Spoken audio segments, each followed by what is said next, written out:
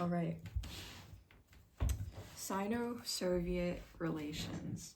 Okay, so what we're going to start with is the first 5-year plan, right? So the first 5-year plan is when the USSR starts giving aid in the form of like a financial advisors to China on how to become a communist nation, right? But really, it wasn't that good because the Russians advisors, they weren't well prepared at all. And so they were like, we don't know anything about the context of the nation nor their language. And so China's like, girl, like, I don't know if this is gonna work. You guys can stay here, but like, it's not really gonna work. We're kind of gonna do our own thing. So the CCP starts doing their own thing.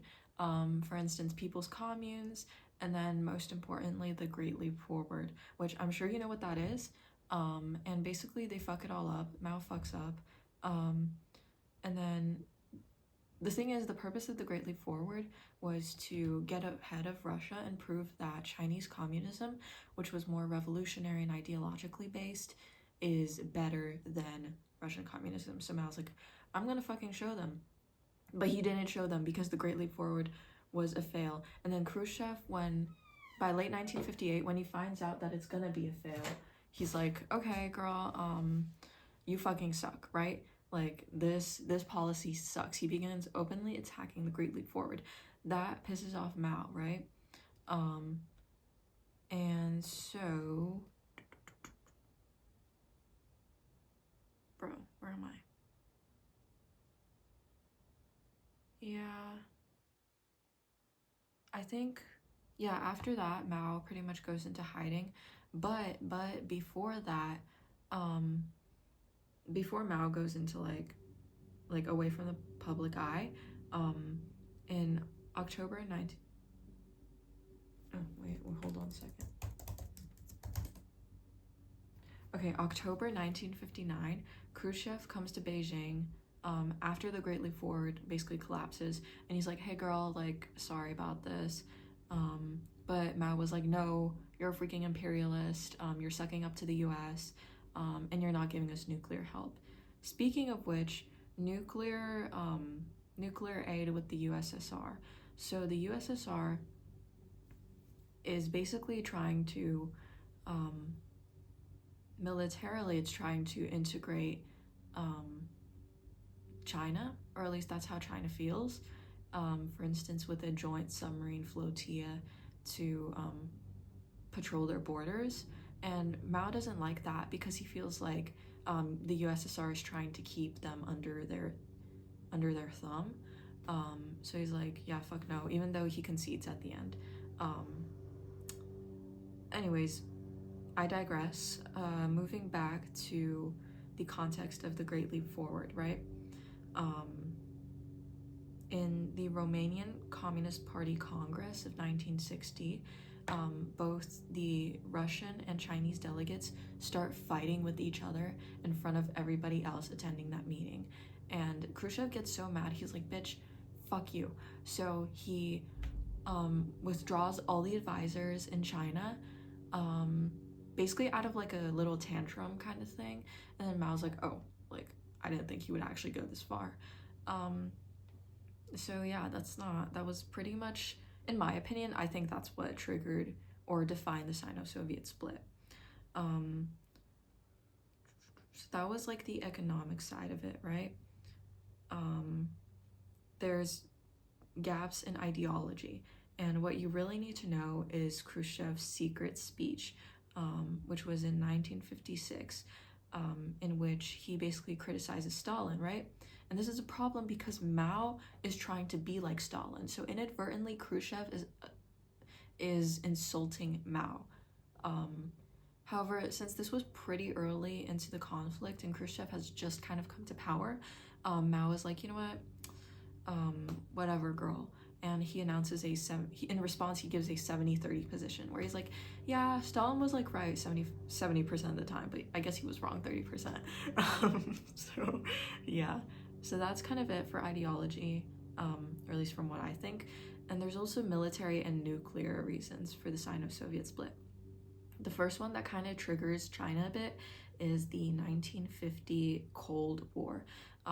Korean War. Oh my God. Basically, China feels like they're putting in all this effort and actually like putting in military personnel, and the USSR isn't doing jack shit, right? So basically, the CCP is fighting on the ground currently, and Stalin's like, okay, girl, like I'll give you air support. And then Mao's like, okay, fine. And then like the air support is delayed, and then right after that, Stalin has the audacity to ask Mao to pay him back for the air support. Hello? What? And then, as I mentioned before, the joint submarine flotilla, basically the Soviets wanted to integrate Chinese forces to secure the borders, right? So he's like, girl, like we should totally share like a submarine flotilla, like basically it's like I won't give you your own military, but you know, we can share. We can have like a joint defense type thing. And basically Mao's like, okay, but like I don't want to be over reliant on you guys, you know? And also for that reason, Mao's like, girl, I want nuclear weapons. And this kind of begins because of the first Taiwan Strait crisis. And this is kind of bordering with US conflict, but basically China begins shelling like the KMT islands, and the US is like, bitch, we're gonna nuke you. And Mao's like, I'm not scared of nuke, but low-key he was, because he started asking the USSR to help set up a nuclear aid program. And so the USSR is like, yes, girl, like, totally. But the thing is, the bomb or the nuke never comes. And so that was pretty annoying for China. Also the second Taiwan Strait crisis. Basically, Mao starts bombing, is it Kemwe and Matsu? I think so.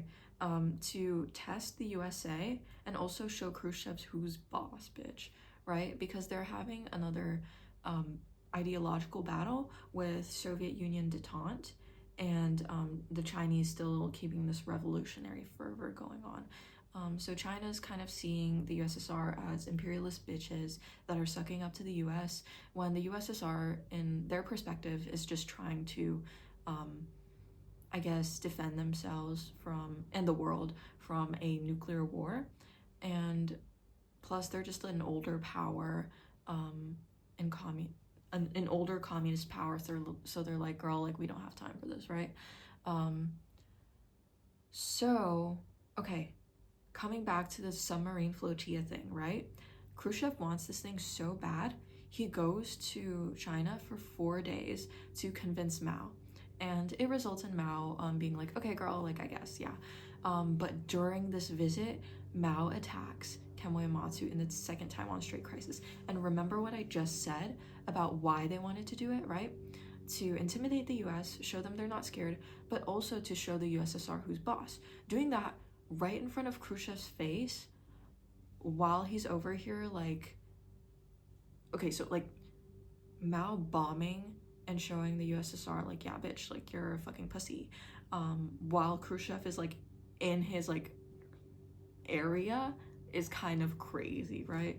And then the US to the USSR, the US is like, bitch, what are you doing? Like, I know you're behind this. Like, I know you're doing something to provoke them. Like, basically you're giving them your support and you know the plan, right? But the USSR is like, no, girl, like, or at least they don't tell the US this, right? But they're like, girl, we don't know what's going on. We don't know why the fuck they're doing this. But Khrushchev sends an ultimatum to Eisenhower anyways, being like, yeah, bitch, like, whatever. And part of the reason why I think he does this is because they're still trying to save face, in the sphere of the West, right? So basically, they just don't want to be seen as like a crumbling like union, the global communist movement. Because if your two greatest powers are separating, the USA might take advantage of this and be like, oh, like if we isolate one of them, do this, do that, they're gonna be weaker, and they are weaker overall. So it's better for them to think that we're besties, and then secretly hate each other. However, as we know, the US and the entire world will basically find out that the USSR and China aren't as close as they seem.